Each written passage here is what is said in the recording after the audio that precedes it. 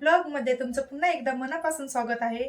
तर आज मी बनणार आहे मस्तपैकी अशी माझा लुक चेंज करणार आहे. तुम्ही बघू शकता पूर्ण माझा चेहरा आता काहीच लावलेला नाहीये, नॉर्मलचा एकदम आहे.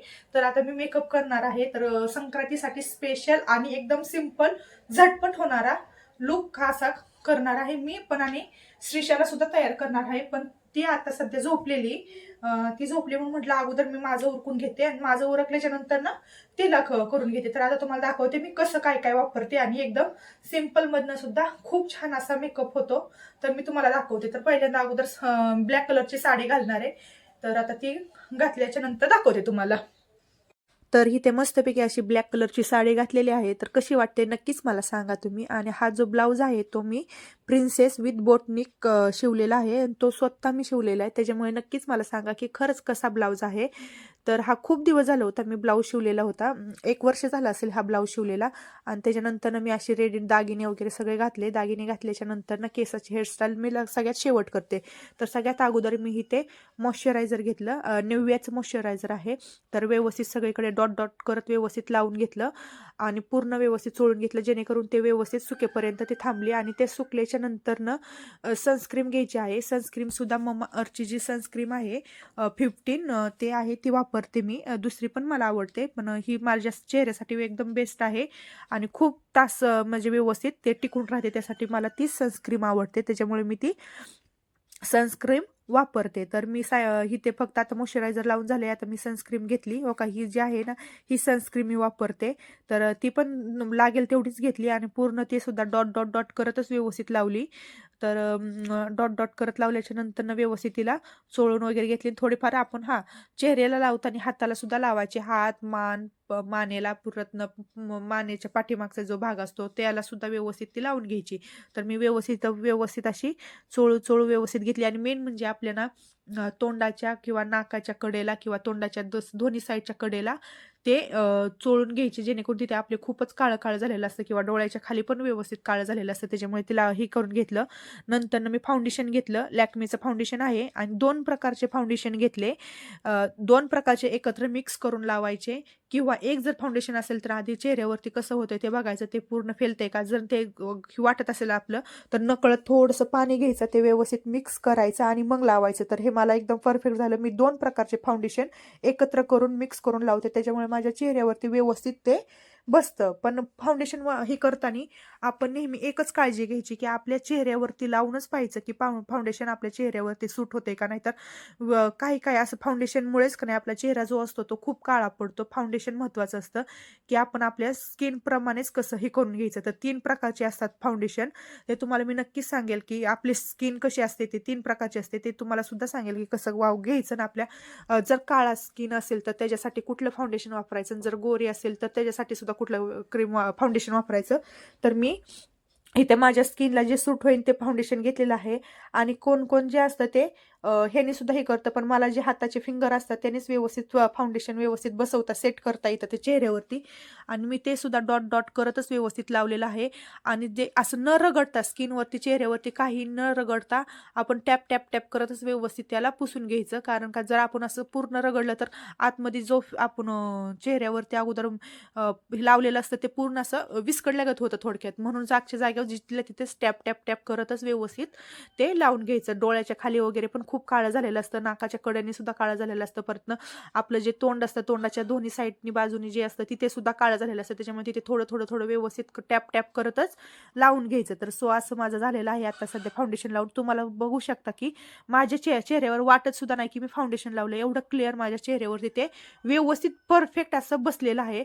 तर नंतर मी काही नाही जास्त प्रोडक्ट वगैरे वापरलं नाहीये, एकदम सिंपलमध्येच करून दाखवलंय. नंतर लॅक्मेचीच पावडर घेतलेली आहे.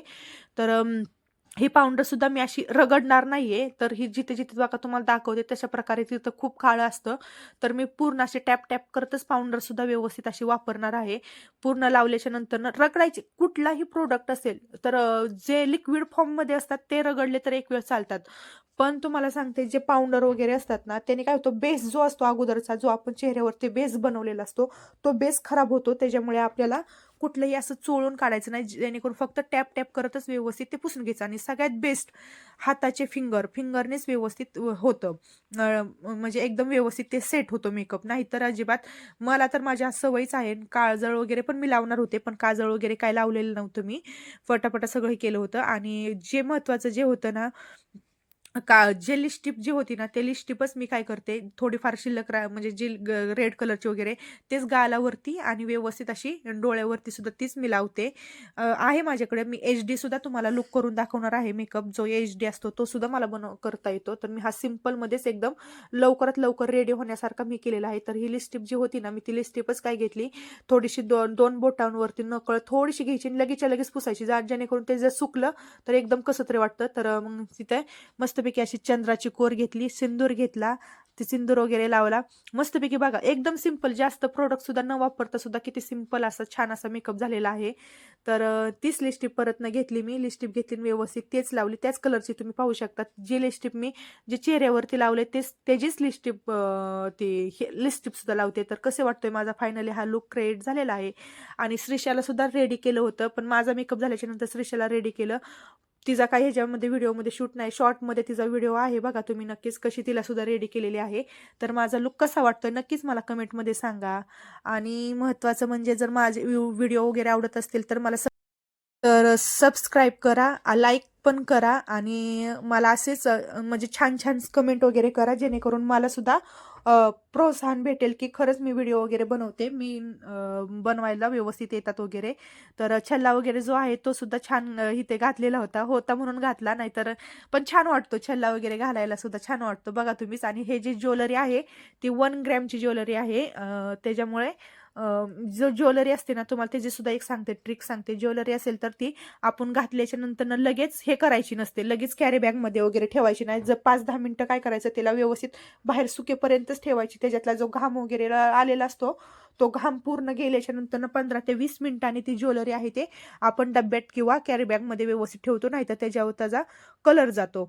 आणि मेन म्हणजे ह्याला जर सेंट परफ्यूम वगैरे मारायचं असेल तर आपण अगोदर परफ्यूम वगैरे मारून घ्यायचा, नंतर ती ज्वेलरी घालायची, लगेच घालायची नाही. तर 5-10 मिनिटं अगोदर परफ्यूम मारून घ्यायचा आणि मगच ती ज्वेलरी वगैरे घालायची.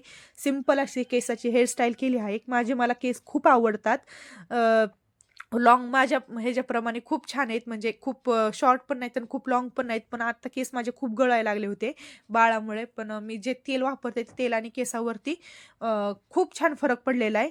तर घरचंच तेल आहे, ते तेलसुद्धा मी वापरते. त्याच्यामुळे केस माझे पाहू शकता तुम्ही किती छान झालेले आहेत आणि एकदम सिल्की असे केस झालेले आहेत. केसात गुंता वगैरे पण म्हणजे भरपूर होतं.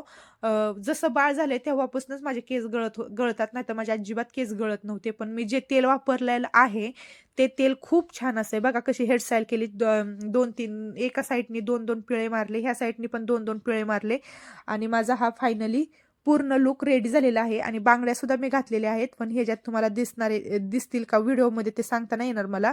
पण मी ब्लॅक, रेड आणि व्हाईट कलरची बांगडे मिक्स करून घालणार होते, पण श्रीषा उठल्यामुळे मला काय ते सुद्धा जमले नाही. मी फक्त जे आहे ते पटापटा घालून घेतल्या. नथ पण घालायची राहिली माझ्याकडून, विसरले मी. आणि पटापटा घातल्या आणि मग नंतर तिला घेतलं, कारण का तिचा पण मला रेडी लुक करायचा होता. ती उठलेली होती त्याच्यामुळे